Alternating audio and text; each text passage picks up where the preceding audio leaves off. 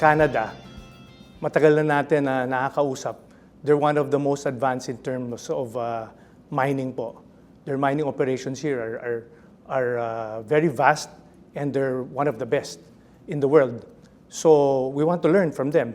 So moving forward, we're quite optimistic na talagang may mangyayari dito dahil tuloy-tuloy po ang usapan and there are even indications that we will be assisted in terms of looking for funding for these areas of cooperation I mentioned.